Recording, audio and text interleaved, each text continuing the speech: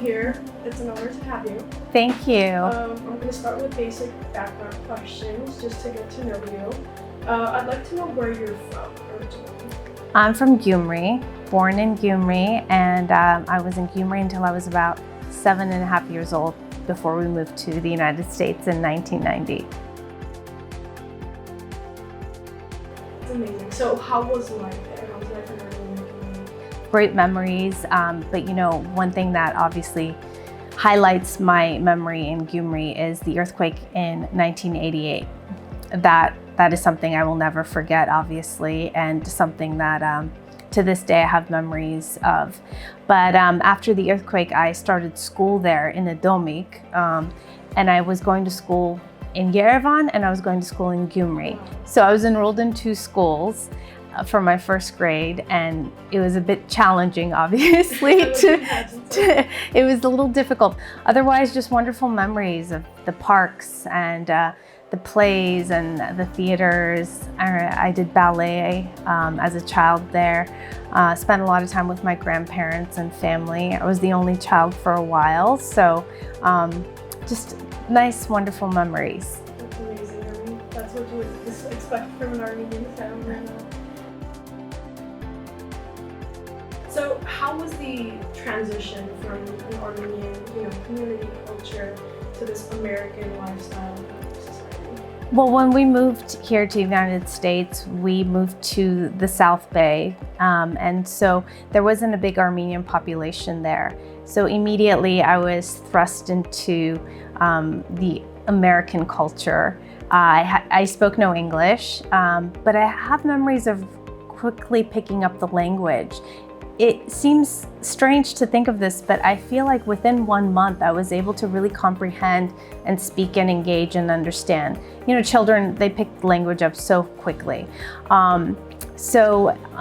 Unfortunately, as a result of that, I didn't have the opportunity to go to Armenian school.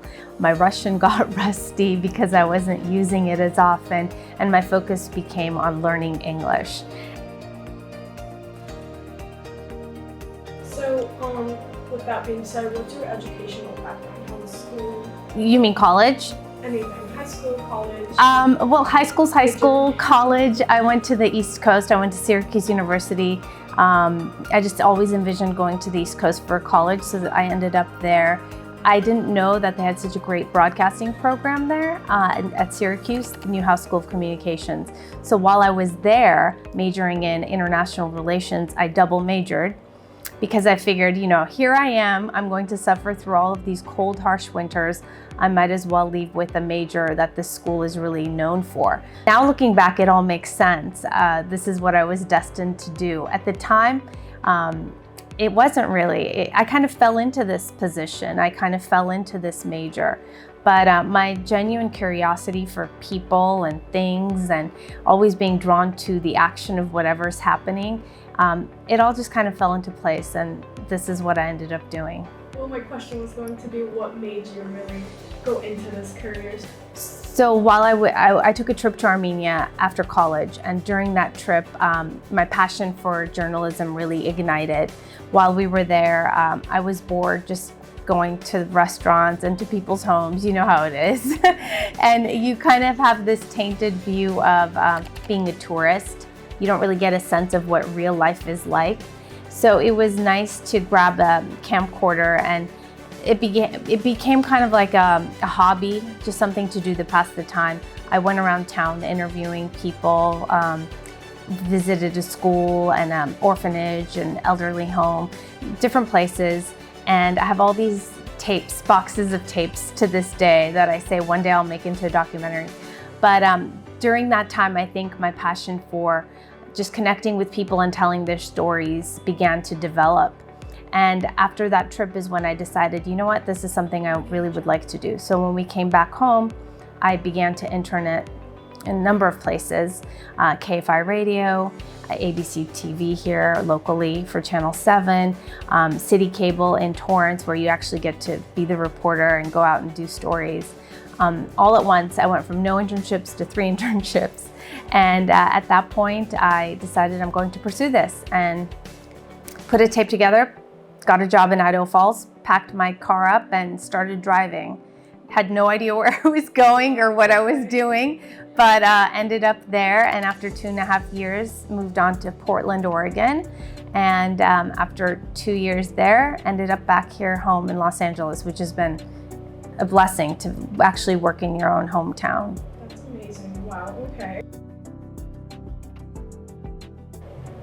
That's amazing. So what is it like to be the anchor woman of Los Angeles?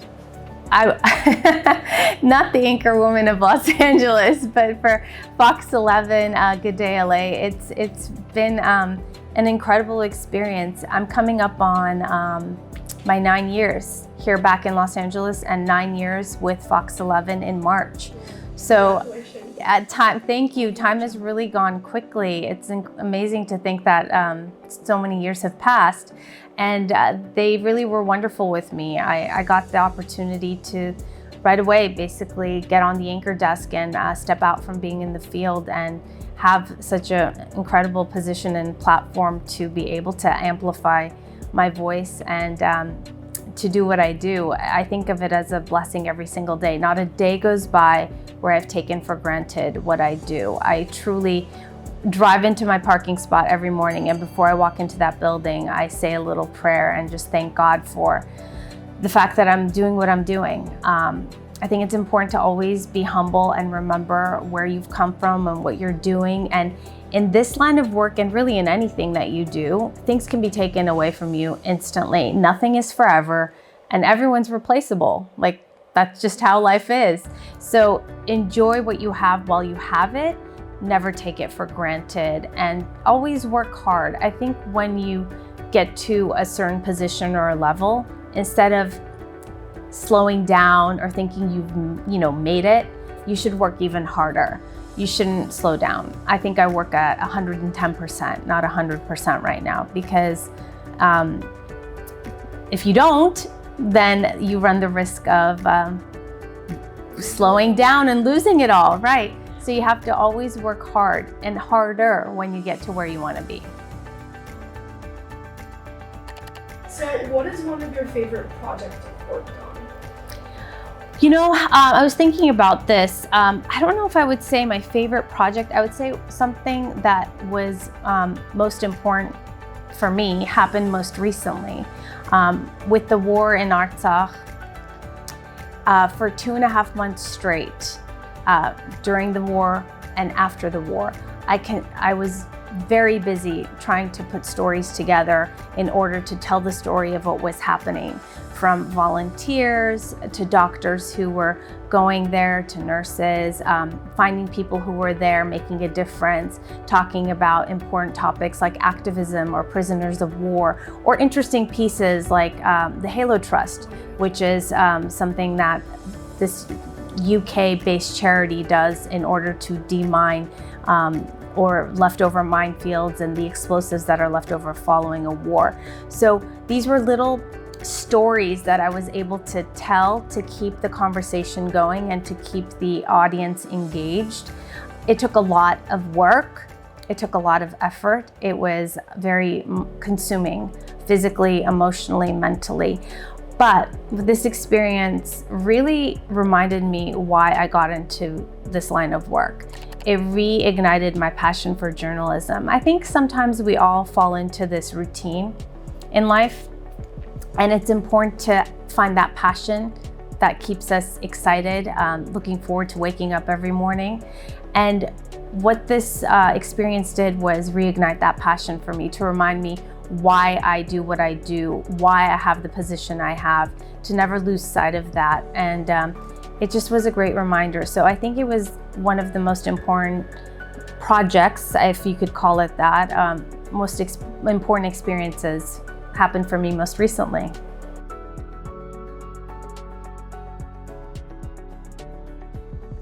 Audio Jungle. To follow up with that question, what is your relationship with the Armenian community in LA?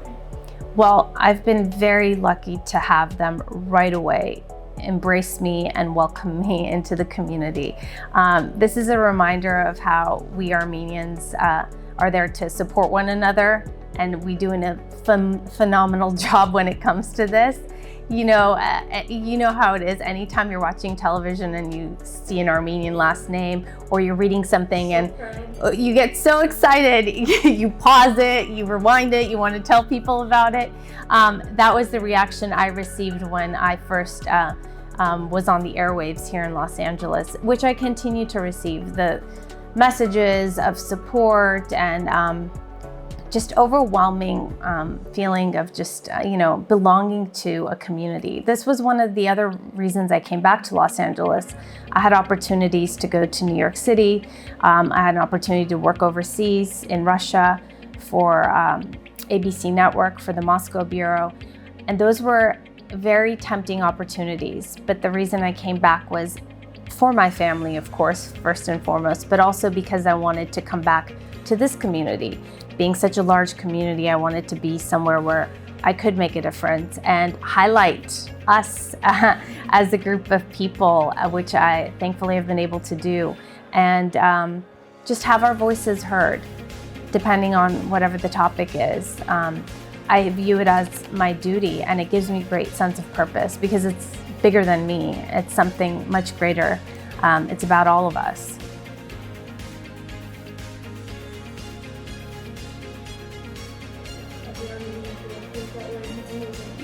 So, did you ever imagine yourself being where you are today? Yes and no. I didn't quite know this is how it would play out because once again, I wasn't sure this is what I wanted to do in the beginning. But there came a point where once this was something I wanted to pursue, then yes, 100%, absolutely. And that is the key to success, is you have to envision yourself doing what you're doing.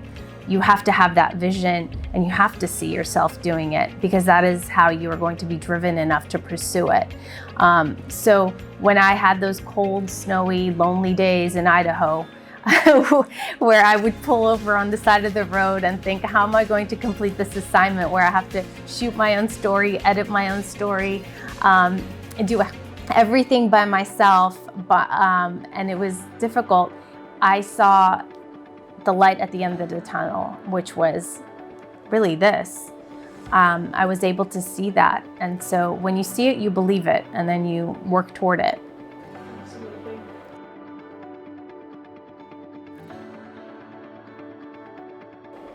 Are there any areas in the field you wish to be more involved in? If you'd asked me what it is that I wanted to do in 10 years, I would have said to be an international correspondent or to be on national television. The problem is I want to be here in LA. I don't want to move to New York. I don't want to be in Atlanta where they have, CNN as the hub there. I want to be here in LA. Therefore, I have to stay in local news for the most part. And I definitely don't want to be an international correspondent. The world is such a crazy place. And when you're young and that seems exciting, now that I'm married and have children, the last place I want to be is anywhere that's dangerous because it's not about me anymore. So my goal would be ultimately to stay where I am, to do what I'm doing because I love what I'm doing. But just some things I would like to pursue that I've always found interesting and fascinating, perhaps documentary filmmaking, maybe, get into writing a book of some sort. I was telling you the story about how when I went to Armenia, I have all these tapes and footage I accumulated sitting in a box. That is something I'd like to pick up one day and actually look through and see if I could put a piece together. So just pursue different avenues, but I'm happy where I am and I like the stability. And this is such a competitive industry that if you're able to stay where you are, then that in and of itself is a great accomplishment. Yeah, exactly, it's a win.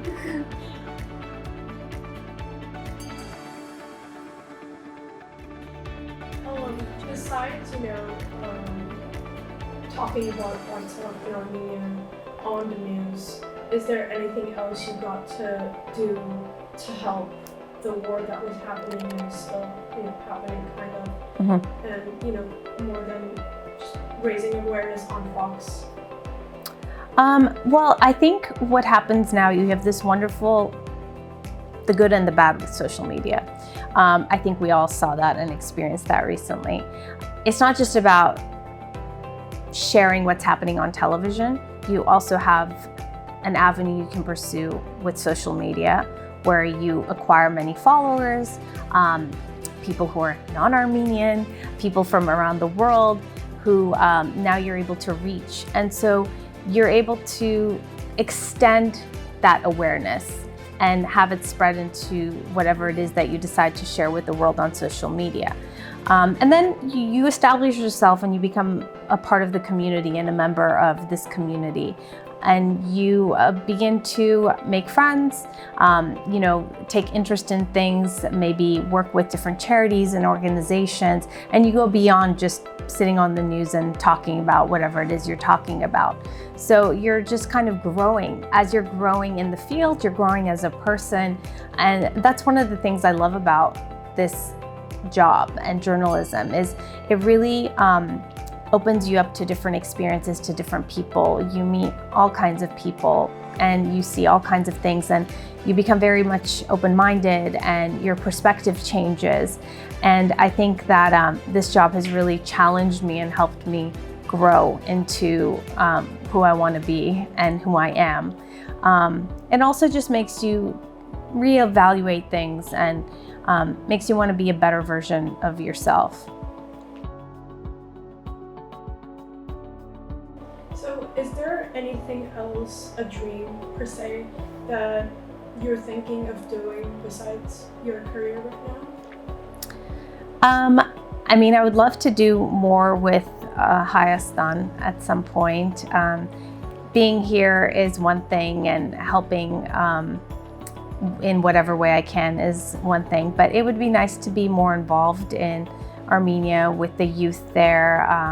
So I don't know what that would be. I don't know what that looks like, but I think part of our story is that we're scattered all over the world, us Armenians, right? And we work really hard and we're successful in our individual fields. And we help the countries that we're in because this is our home. I'm an Armenian-American. I'm very proud of that. But it'd be nice to actually go and give back to your homeland physically and to help the future generation really see their full potential. So I don't know what that looks like, but I would very much like to do something at some point. And I think the most important thing for me right now is, as a working mother, I realize as much as my career is important and I'm very career oriented, I have 2 children, and the most important thing for me is to raise them to be wonderful human beings contributing to society. And for me, it's important that they speak Armenian, know about our culture and our history, to integrate them into what it is to be Armenian. And that takes a lot of work because we're in America and they go to American schools. And for the most part, they're speaking English.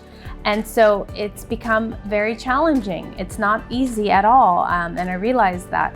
And so really one of my biggest focuses is to make sure that I stay on top of that. That it's very important for me. It's something that I think about sometimes, and I start to panic because I don't want to lose the Armenian identity. I don't know what the future will be for my children or their children's children. So for me, I have to fight very hard to make sure that they don't forget who they are, where they come from, and their roots. And it's a lot of work. I would imagine so.